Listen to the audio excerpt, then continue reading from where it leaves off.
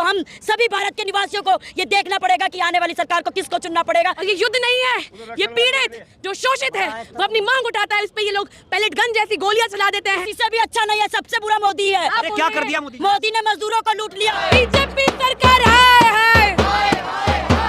किसान विरोधी ये सरकार, मजदूर विरोधी ये सरकार। तो बोल साथी अल्लाह बोल, तो दम है कितना दमन में तेरे, तो दम है कितना लाठी में तेरे, तो दम कितना तू गैस में तेरे, तो जगह है कितनी जेल में तेरे। तो कल भी हम जीते थे,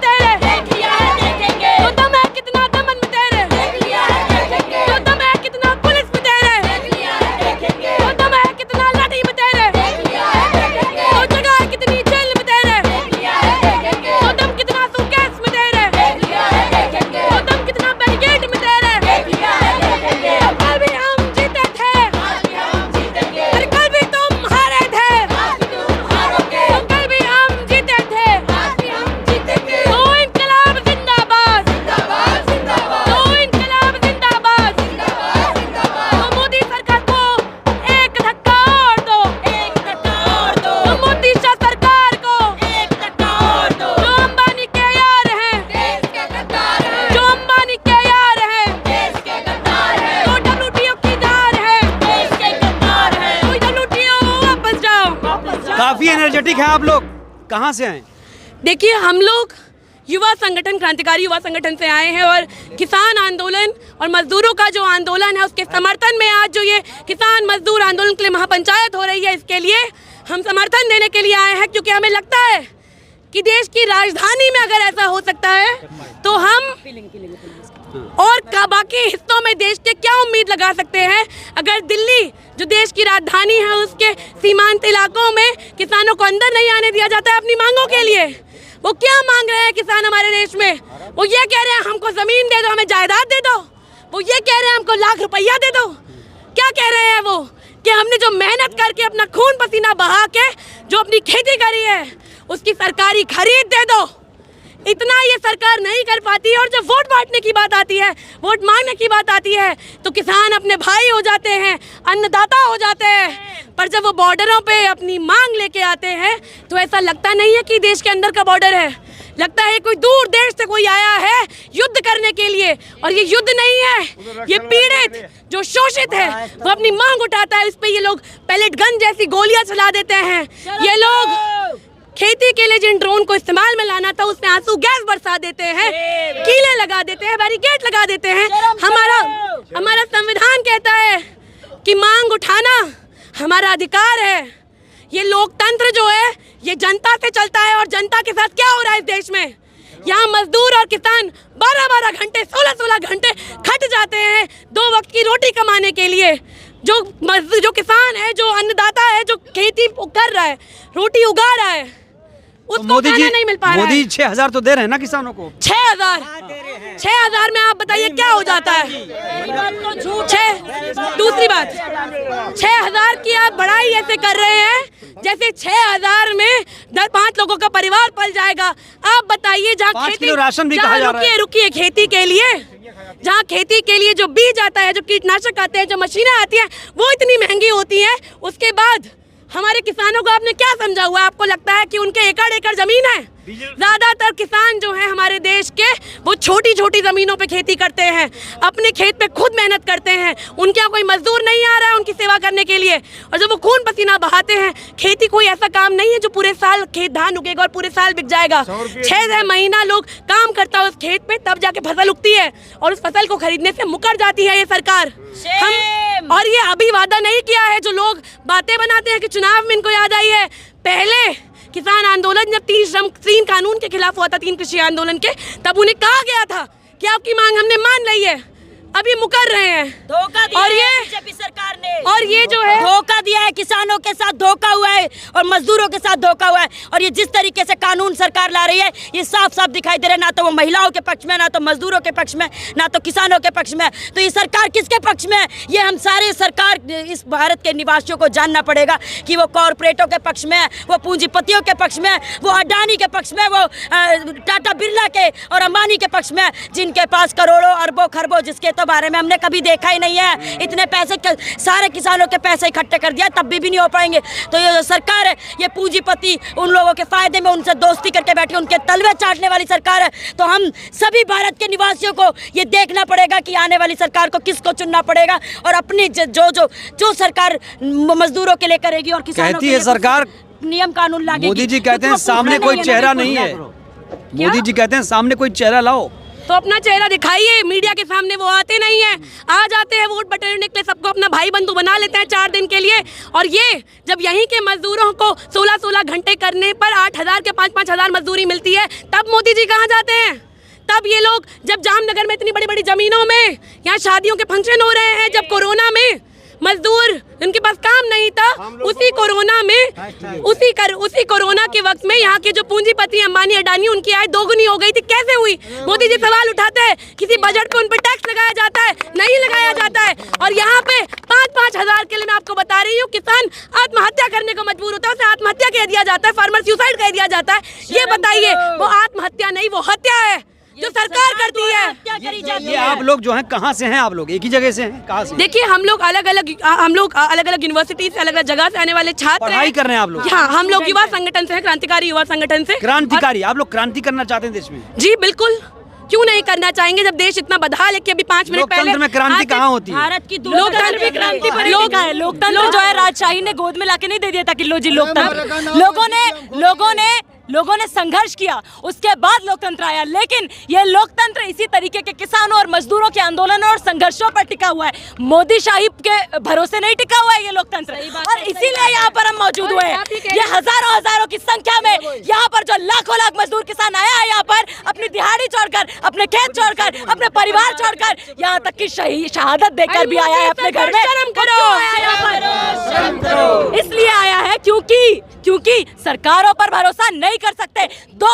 हमने 2 टर्म में सरकार को देकर देख लिया। सरकार के हिसाब से तो 2023 में अमृतकाल आ गया है, लेकिन हमारा अमृतकाल कब आएगा? हमारी जेब में न्यूनतम मजदूरी नहीं है, चुनाव भी आ रहा है, तीसरी बार कौन आएगा? हमारे पास रोजगार नहीं है, हमारे पास अपनी फसलों का सरकारी खरीद छोड़ दीजिए। तीसरी बार कौन? जो लोगों की जनता की बात मानेगा वो आएगा, क्योंकि ये सरकार जब नए कानून ले आती है हमसे पूछती है ये लोकतंत्र है, लोग कहाँ हैं?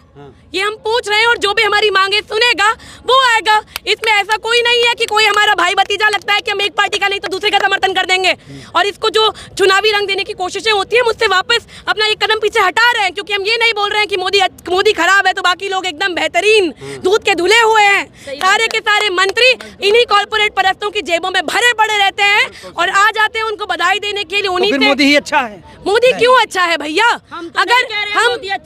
अगर चार मोदी तो किसी से भी अच्छा नहीं है, सबसे बुरा मोदी है। अरे क्या कर दिया मोदी? मोदी ने मजदूरों को लूट लिया, ठेकेदारों को आगे बीच में लाके सबसे पैसे लिए। 40 हजार रुपए पैसा लिया जाता है नौकरी में भर्ती के लिए।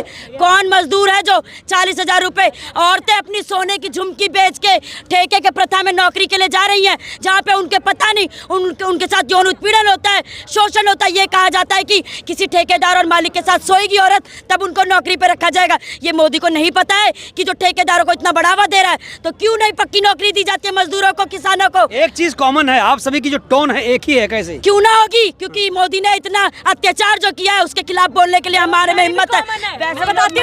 मैं बताती हूँ बेरोजगारी भी कॉमन है। यहाँ जितने बैठे हैं कोई करोड़पतियों के घर से कोई नहीं आ रहा है। यहाँ पर सबके घर में दिहाड़ी की दिक्कत है, सबके पास रोजगार की दिक्कत है, सबके पास यहाँ पर अपनी फसल की सरकारी खरीद नहीं मिल रही, न्यूनतम उसकी यहाँ तक की लागत तक नहीं निकल रही। ये सारी दिक्कतें इसलिए यहाँ पर बैठे हुए हैं। आप कह रहे हैं कि हमारी आवाज में एकता है। अब एक बात बताइए, जब हमारे दुख दर्द एक जैसे हैं तो एक साथ मिलकर के हम अपनी आवाज नहीं उठाएंगे? हमारी आवाज है जिंदाबाद। आप बताइए।